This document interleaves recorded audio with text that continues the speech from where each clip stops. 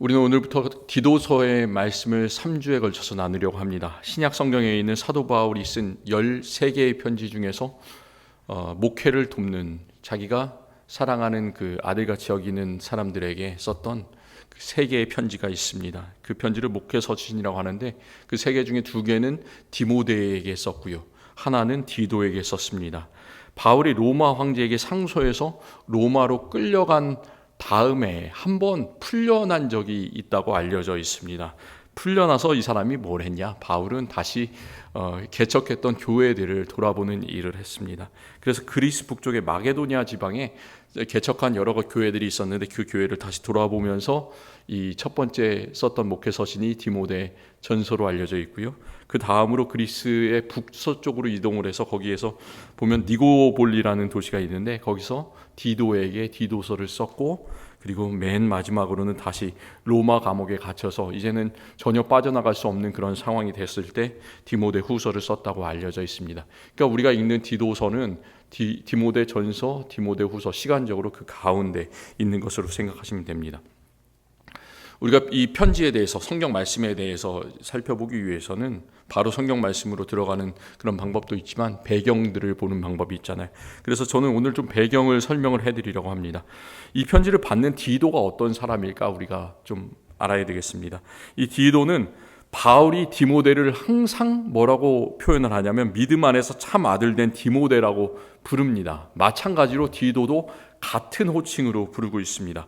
4절에 따르면 디도도 같은 믿음을 따라 된 나의 참 아들 디도에게 편지하노니, 나의 참 아들 디모데와 같이 사랑하는 그런 사람이라고 이렇게 표현을 하고 있습니다. 하나님 아버지와 그리스도 예수 우리 주로 쫓아 은혜와 평강이 내게 있을지어다. 이 인사말은 거의 대부분의 그 바울 서신에 들어가는 인사말이지만, 그 앞에 있는 나의 참 아들 된 디도에게, 그것은 진짜 많이 사용하지 않는 그런 디모데하고 디도에게만 썼던 그런 표현입니다. 디도가 언제부터 사도 바울을 도왔냐 생각해 보면 디모데보다 먼저 바울의 동역자였던 것을 우리가 알 수가 있습니다. 왜냐하면 디모데는 사도행전 16장에서 바울이 그의 두 번째 선교여행을 시작할 때 루스드라라는 곳에서 만나서 거기서부터 이제 동역했던 제자인데 비해서 바울이 두 번째 선교여행을 시작하기 전에 선교의 규칙에 대해서 이방인들에게, 유대인들에게는 유대인들이 어느 정도 이제 규칙을 알기 때문에 그 유대인들에게는 많은 사람들이 복음을 전했는데, 이방인의 사도는 그 당시까지 드물었지 않습니까? 그래서 이방인에게 바울이 복음을 전하기 시작하면서 그 예루살렘에 있는 사도들과 함께 이방인에게 과연 어떤 방법으로 복음을 전해야 될까를 논의하는 장면이 나옵니다. 그게 예루살렘 회의라고 하는데요, 사도행전 15장에 기록되어 있습니다. 근데 그 예루살렘 회의를 하러 예루살렘에 내려갔을 때 이미 바나바와 바울과 함께 디도가 함께하고 있었다라는 그런 말씀이 나옵니다. 그러니까 디모데를 만나기 전부터 이 디도는 사도 바울을 도와서 함께했던 그런 선교의 동역자였습니다. 그리고 나서 바울은 그의 세 번째 선교여행 때 상황이 어려운 예루살렘 교회를 이제 도와주려고 그 마게도니아 지방에 있는 자기가 개척한 여러 교회에서 헌금을 모았습니다. 그 헌금을 모아서 예루살렘으로 이제 가기 위한 그런 목적이 있었던 것이죠. 그런데 그때 디도를 고린도로 보냈습니다. 그래서 거기서 이제 헌금을 모으는 그런 사역들을 하게 시켰는데, 디도가 그 맡은 임무를 잘 감당을 했습니다. 그래서 고린도 교인들 앞에서 사도 바울은 디도를 칭찬을 하는 장면이 나옵니다. 이런 말을 해요. 디도로 말하면 나의 동무요, 너희를 위한 나의 동역자요, 우리 형제들로 말하면 여러 교회의 사자들이요 그리스도의 영광이니라. 바울과 함께했던 여러 형제들이 있었는데 그 사람들이 다 여러 교회를 섬기는 사자들이고 그리스도의 영광이지만, 그 중에서도 디도는 나의 동무, 친구고 너희를 위한 나의 동역자다. 이렇게 아주 너그럽게 편안하게 디도를 대하는 것을 볼 수가 있습니다. 그 후에 디도가 새로운 임무를 바울에게 받았습니다. 그 일이 디도서 1장 5절 말씀에서 기록되어 있습니다. 내가 너를 그레데에 떨어뜨려 둔 것은 그 이유는 부족한 일을 바로잡고 나의 명한대로 각 성의 장로들을 세우게 하려 함이니. 여기서 그레데라는 장소가 나옵니다. 그레데에 디도가 해야 되는 일이 두 가지가 있습니다. 두 가지가 어떤 일이냐면, 첫 번째 일은 남은 일을 정리하고, 이것은 뭐냐면 바울이 거기서 선교 사역을 펼치고 있었는데 그게 마무리가 덜 됐다는 얘기죠. 그래서 그것을 이제 부족한 일을 바로잡고 뭔가 잘못된 일이 있었다는 거예요. 그래서 그것을 바로잡고, 또 한 가지는 그 선교 사역을 위해서 가장 시급하게 해야 되는 일은 각 성의 지도자가 있어야 된다. 장로들을 세우는 일을 디도가 감당하게 하기 위해서 이 두 가지 일을 위해서 그레데에 떨어뜨려 놨다라고 말씀을 하고 있습니다. 그렇다면 우리가 그레데가 어딘지를 알아야 되잖아요. 디도가 목회자로서 섬겼던 그레데는 바로 이곳입니다. 제가 이게 옛날 지도가 아니라 요즘에 나오는 그런 인터넷에서 찾아보면 쉽게 나오는 그런 지도인데요.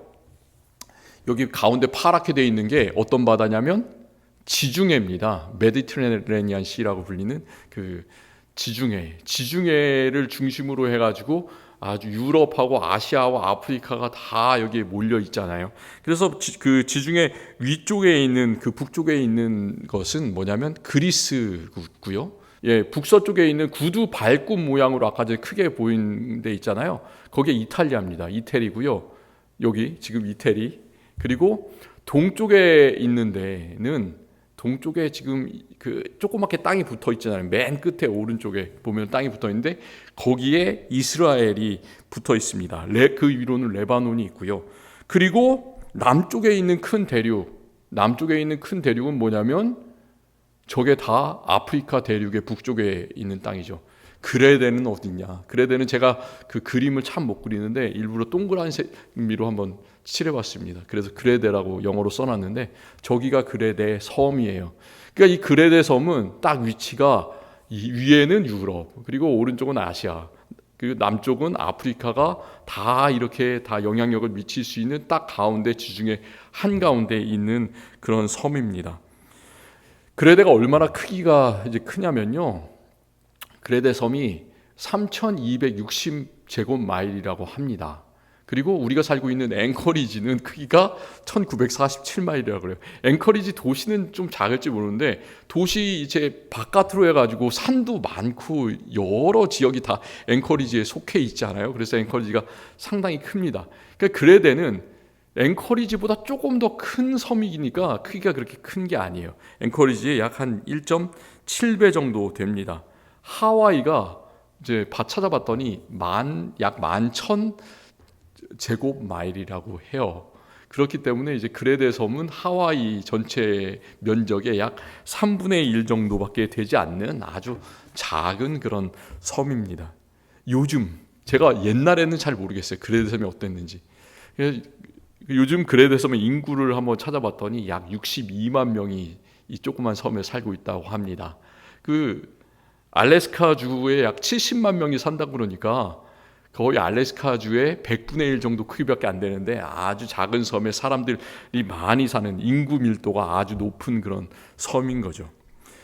저는 이제 한 번도 안 가본 곳에 여행을 가는 것을 참 좋아하고 그곳의 문화가 어떤지 이런 것들을 좀 살펴보는 것을 좋아합니다. 그래서 일단 유튜브에서 그레데 섬에서 사는 것의 좋은 점과 나쁜 점을 한번 찾아봤어요. 그랬더니 사람들이 다 그것을 이제 영상으로 찍어서 올려놨더라고요. 근데 거의 대부분 비슷합니다. 좋은 점은 어떤 것이 있을까? 여기가 지중해잖아요. 지중해의 날씨는 어때요? 지중해성 기후입니다. 항상 연중 따뜻하고 온화한 그런 날씨가 계속되는 거예요. 날씨가 참 좋다. 이게 첫 번째 장점이고요. 두 번째는 해변이 펼쳐진 아름다운 자연 경관이 있다. 두 번째. 그리고 또 세 번째는 섬이 작다 보니까 서로 사람들이 다 잘 안다는 거예요. 그래서 잘 알고 연결되는 강한 공동체 정신이 있다. 이런 것을 이렇게 장점으로 꼽아놨습니다. 또 여기가 지중해에서 올리브 나무가 많이 나잖아요. 그래서 올리브를 사람들이 주로 먹고, 그리고 또 물고기도 많이 난대요. 그래서 올리브, 물고기 이렇게 건강한 식단으로 음식을 만들어 먹는 그런 담백한 음식들이 좋다. 이런 게 장점이라고 얘기를 합니다. 근데 반면에 나쁜 점으로는 어떤 게 있을까요? 조그만 섬에 사람들이 많이 살아요. 어떤 나쁜 점이 있냐면, 첫 번째는 이게 사람들이 컴플레인을 하는데, 정부기관이, 이게 이탈리아에서 본토가 아니라 남쪽에 떨어져 있는 그런 작은 섬이잖아요. 그러니까 정부기관에서 일을 너무나 천천히 일 처리를 한다고 합니다. 그게 가장 나쁜 점이고, 두 번째는 여름에 날씨가 아주 덥다고 그래요. 그래서 그 사람들이 점심시간에 아주 게을러서 휴식을 오래 취한다고 합니다. 1시간, 2시간 쉬는 게 아니라 5시간, 6시간 뭐 이렇게 쉰다고 그래요. 그래서 여름에 항상 어디를 방문하거나 음식점을 가거나 그러면은 지금 열고 있냐고, 영업을 하냐고 이렇게 물어보고 나서 찾아가야 되는 그런 어려운 점이 있다고 합니다. 또 여기가 동물의 천국이래요. 그래서 길거리 어디를 가든지 동물들이 다 이곳저곳 여러 종류의 동물들이 다 돌아다닌다고 해요. 또 이거는 제가 오늘 이 말씀하고 좀 연관시키고 싶은데, 사람들이 이렇게 느긋한 대신에 또 불같은 데가 있대요. 그래서 도시 어디를 가든지 동네 어디를 가든지 사람들이 난폭운전을 그렇게 많이 한다고 합니다. 물론 이런 정보가 요즘 얘기이기 때문에 2000년 전에 이 사도 바울이 복음을 전했던데, 그 디도가 복음을 전했던 그 당시하고는 뭔가 다를 수도 있겠죠. 하지만 그런 비슷한 특징들이 그때도 그리고 지금도 이렇게 남아있는 것을 볼 수가 있습니다. 그레데의 역사가 참 깊습니다. 이 섬은 찾아봤더니 기원전 약 3000년부터, 예수님께서 오시기 전에 3000년부터 거기서 문명이 발달했다고 합니다. 미노스라는 문명이 있었는데, 구약 성경에서도 이 그레데라는 이름이 나와요. 그레데라는 이름으로 나오는 것이 아니고 갑돌 섬이라고 나오는데, 갑돌이라는 데가 그 블레셋 사람들이 그 원래 유래가 갑돌 섬이었는데 그쪽으로 이제 이동해 간 걸로 그렇게 알려져 있습니다. 그 그리스 본토에서도 그 당시에는 어떤 문명이 없었던 데인데, 이 작은 섬에서 이미 문명이 있었고, 그리고 글자도 만들어내서 글자도 사용하고 이렇게 했었습니다. 그런데 이 문명이 점점점 쇠퇴를 해갔어요. 왜 그러냐면 지중해에 몇 번씩 큰 화산 폭발이 있었잖아요. 이탈리아 그 남쪽 바다 쪽에 그 화산 폭발이 일어나서 화산재들이 다 그쪽으로 이제 가기도 하고요. 또 이 지중해의 가장 가운데에 있는 섬이기 때문에 여러 지역에서 다 거기를 이제 공격해서 들어올 때마다 침략을 받게 됐습니다. 그러면서 문명이 점점점 쇠퇴했다고 해요. 그럼에도 불구하고 아직까지 예수님 당시, 그리고 사도 바울이 이제 복음을 전할 때까지 그레데는 중요한 장소로 남아 있었습니다. 사도행전 2장에 오순절날 성령을 받은 사람들이 있었습니다. 제자들이 성령을 받았을 때 첫 번째로 나타나는 그런 현상이 뭐냐면, 그때가 오순절날이어서 그 유대인들의 3대 절기 중에 하나가 오순절인데, 그래서 세계 각곳에서 있었던 경건한 유대인들이 많이 모여들었습니다. 그래서 이 나라에서도 오고 저 나라에서도 오고 여러 나라에서 오는데, 그 나라 중에서 이 사도행전 2장 11절에서는 그레데인들과 아라비아인들도 왔다. 우리가 다 우리의 각 방언으로 하나님의 큰 일을 말함을 듣는도다. 이 나라 사람들이 깜짝 놀라면서 이렇게 말을 한 거죠. 그레데 사람들도 거기에 유대인들이 있어서 이 유대인들의 큰 절기 오순절을 지키기 위해서 예루살렘으로 온 사람, 그레데인이 있었습니다. 또 사도행전 27장에서 사도 바울이 여러 번 이제 높은 사람들로부터 신문을 받고 결국 로마 황제 가이사에게 상소를 해서 로마로 끌려가는 장면이 있습니다.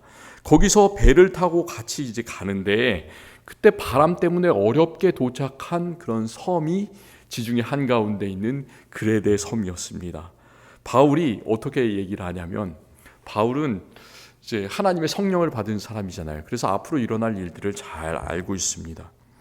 겨울이 가까이 오니까 또 항해하기가 어려우니까 이 그레데 남쪽에 보면 미항이라는 그런 도시가 있는데, 작은 이제 마을이 있는데요. 그 항구 마을에서 그냥 겨울을 보내자 이렇게 제안을 했습니다. 근데 죄수가 무슨 힘이 있겠어요.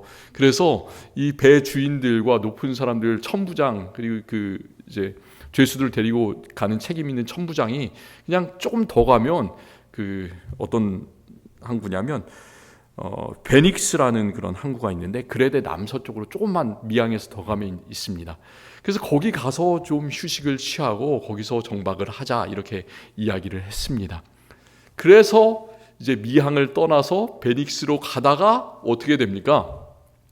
이 사람들이 큰 폭풍을 만나죠. 성경 말씀에 따르면 광풍을 만나는데 그 광풍의 이름이 유라굴로라는 광풍을 만납니다. 그 유라굴로라는 뜻은 북동풍이라는 뜻이에요. 북동풍 아주 센 바람을 만나서 이 베닉스라는 항구에 정박을 하지 못하고 배가 흘러 표류하게 돼가지고 결국 나중에 파선하게 되는 그런 일이 일어납니다. 그럼에도 불구하고 나중에 사도 바울이 이제 로마에 끌려갔다가 다시 살게 됐을 때 이 그레데 섬이 너무나 기억에 남았습니다. 왜냐하면 그런 큰 고난을 당했던 섬이기 때문에. 그리고 또 그곳에서 아마도 조금 지내면서 복음 전파의 사역을 했던 것 같습니다. 그렇기 때문에 아직 못다한 그 복음 전파의 사역을 이루고자 이 참 아들 된 디모데를 여기 그레데 섬에 보냈습니다. 그리고 이제 디도는 우선 각 성에다가 장로들을 세우는 그런 사역을 해야 됐습니다. 우리가 계획된 대로 뭔가 계획이 잘 이루어지면 얼마나 좋아요. 교회 계획을 이렇게 세우고 저렇게 세우고 복음 전파의 계획도 세우고 이러는데 잘 되면 얼마나 좋겠습니까? 하나님께서 그런데 때때로 고난을 주세요. 잘 이루어지지 않는 그런 경험을 주십니다. 왜 그러냐? 그것은 우리가 더욱더 하나님께 매달려서 헌신하게 하기 위해서, 우리가 고난을 견디게 하기 위해서, 고난을 통해서 하나님께 더 나아가기 위해서 그런 고난을 주시는 줄을 믿습니다. 이 바울도 또 디도도 그런 어려움을 당했습니다. 이 그레데가 복음을 상당히 전하기가 어려운 그런 지역이었어요. 우리가 지도에서 봤던 것처럼 그 지리적으로 이 섬은 아주 좁아요. 남북으로는 좁고 옆으로는 동서로는 상당히 깁니다. 그리고 높은 산들이 중간중간에 있습니다. 높은 산은 3,000m가 넘는다고 그래요. 백두산만한 그런 산들이 있는 거예요. 그러니까 이제 산을 넘고 물을 건너가지고 이제 도시 각 마을로 가야 되는데 각 마을과 마을이 연결되기가 어렵다는 그런 이야기입니다. 그렇기 때문에 그 섬 큰 도시의 장로를, 큰 교회를 세우고 장로들 몇 명을 거기만 세우면 되는 게 아니라 각 지역에 가서 각 마을에 장로들을 따로 세우고 교회 공동체를 따로 개척해야 되는 그런 어려움들이 있었습니다. 그뿐만 아니라 제가 요즘에 그레데에 살면 이런 어려움이 있다 소개를 시켜드렸잖아요. 그 중에 어떤 게 있어요? 기억에 남는 게 사람들이 여름에 낮잠을 많이 자서 참 게으르다라는 걸 말씀을 드렸고, 또 반면에 사람들의 성격이 급해가지고 불같아서 난폭 운전을 한다 이렇게 소개해드렸잖아요. 그런데 2000년 전에도 그런 성격이 있었습니다. 바울이 12절에서 그레데인 중에 한 선지자가 한 말을 소개를 합니다. 이것은 바울의 말이 아니라 그레데인 중에서 선지자가 한 말을 그대로 바울이 적어놓은 그런 이야기입니다. 그레데인 중에 어떤 선지자가 말하되 그레데인들은 항상 거짓말장이이며 악한 짐승이며 배만 위하는 게으름장이라. 이게 무슨 말입니까? 이 말은 자기 마음대로 한다는 얘기잖아요. 규율에 얽매이지 않고 그냥 자기 마음대로 쉬고 싶으면 쉬고 거짓말하고 싶으면 거짓말하고 그냥 마음대로 산다는 얘기예요. 섬 사람들의 아마 특징이겠죠. 바울은 그 다음 절에서 이 말이 참되도다 하면서 긍정을 하고 있습니다. 자기도 경험해 보니까 그렇다라는 말씀을 하고 있어요.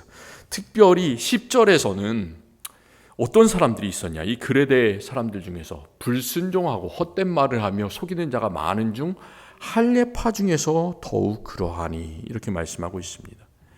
그러니까 아주 경건한 유대인들이 있어서 유대인들의 절기를 지키고자 오순절날 예루살렘까지 오른 사람들이 있었는데 그 사람들 중에서 이렇게 불순종하고 헛된 말을 하는 그런 사람들도 있었다.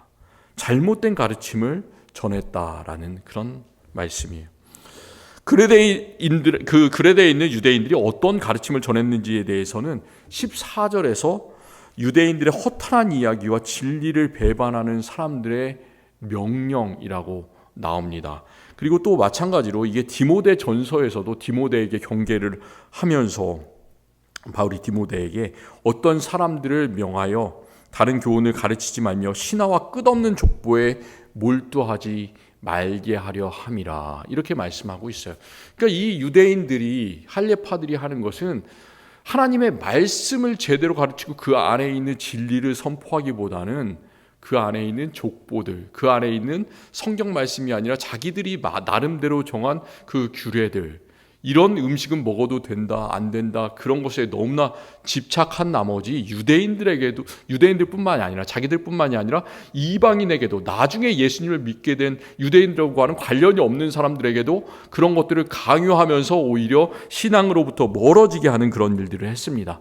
디모데가 목회했던 에베소에서도 그런 일이 일어났고요, 그리고 또 디도가 목회했던 그레데에서도 그런 일이 일어나는데, 그 악한 영향들이 에베소보다 이 디도가 있었던 그레데 섬에서 훨씬 더 강한 것을 우리가 보게 됩니다. 왜 그러냐면 에베소에서 이런 거짓 교사들이 했던 일이, 그 디모데후서 3장 6절에 따르면 남의 집에 들어가 어리석은 여자들을 유인하는 자가 있었다. 이거 혹시 기억나십니까?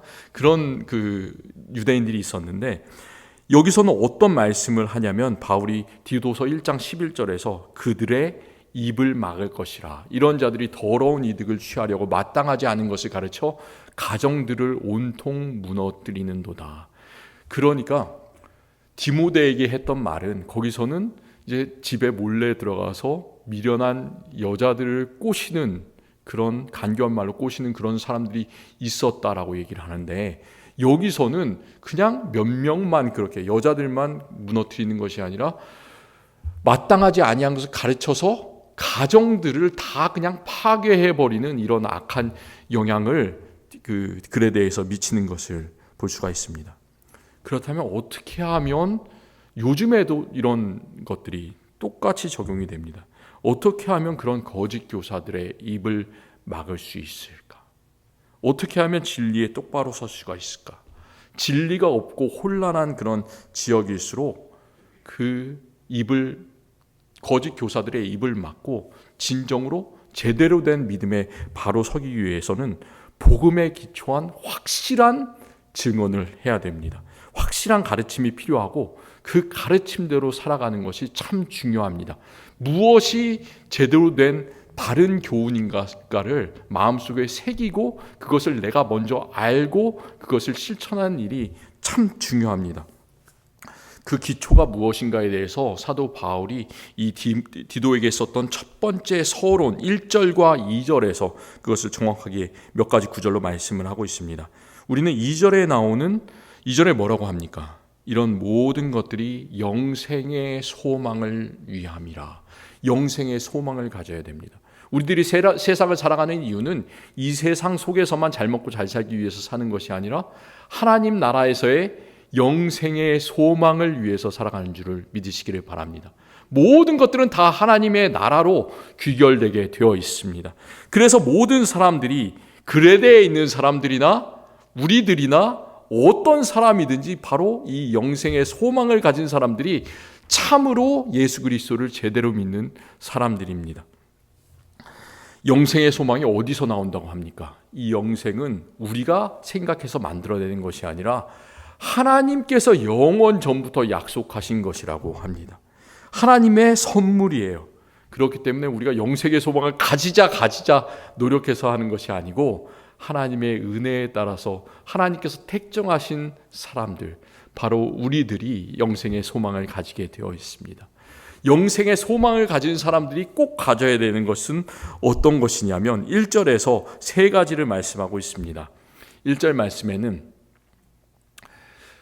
나 바울이 사도된 것은 하나님이 택하신 자들의 무엇? 믿음과, 우리는 굳건한 믿음이 있어야 됩니다. 그리고 두 번째로 경건함이 있어야 됩니다. 그리고 경건함에 속한 진리의 지식이 있어야 돼요. 그래서 저는 오늘 말씀의 제목을 믿음과 경건과 지식의 조화라고 붙여봤습니다. 이 세 가지가 다 중요해요.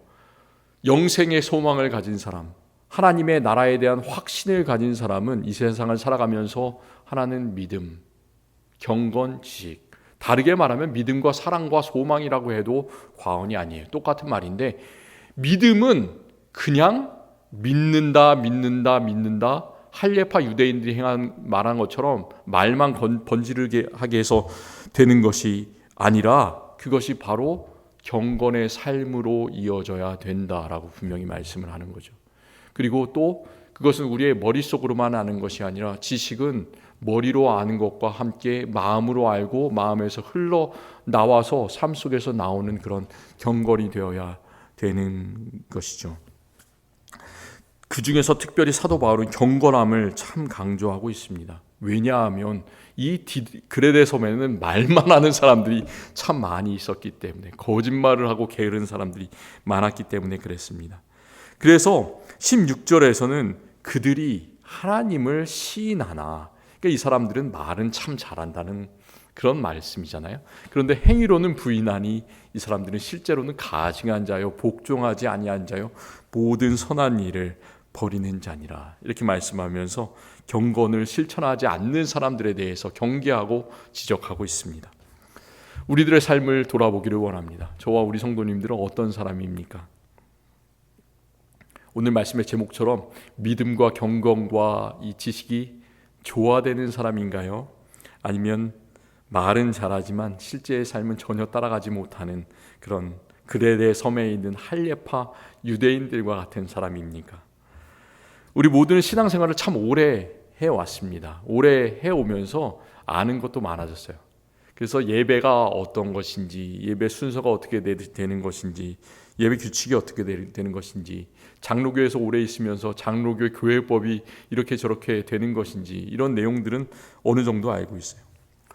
성경에 참 많은 사람들이 나오는데 성경에 나오는 사람들의 이름도 기억하고 그 사람들의 이야기도 기억합니다. 근데 거기서 끝난다면 우리는 머리에 지식만 있는 거죠. 그리고 우리는 말만 하게 되는 사람입니다. 그런데 그게 아니라 히브리서 11장에 히브리서 기자가 계속해서 사람들의 이름을 이야기를 하면서 말하고 있는 것은 이 사람들이 믿음의 사람들이었던 것처럼 이 편지를 읽는 너희들도, 흩어진 나그네 같은 너희들도 이 믿음 안에서 경건의 삶을 살아라, 경고하고 또 훈육하기 위해서입니다. 우리는 사실 말은 하지만 경건을 따라가고 믿음의 사람들의 발자취를 따라가는 데는 참 약한 사람들이 아닙니까? 야고보서 기자는 그래서 우리들에게 이렇게 경고하고 있습니다. 어떤 사람은 말하기를 너는 믿음이 있고 나는 행함이 있으니 행함이 없는 내 믿음을 내게 보이라. 행함이 없는 내 믿음을 내게 보이라. 그게 가능한 말이 아니잖아요.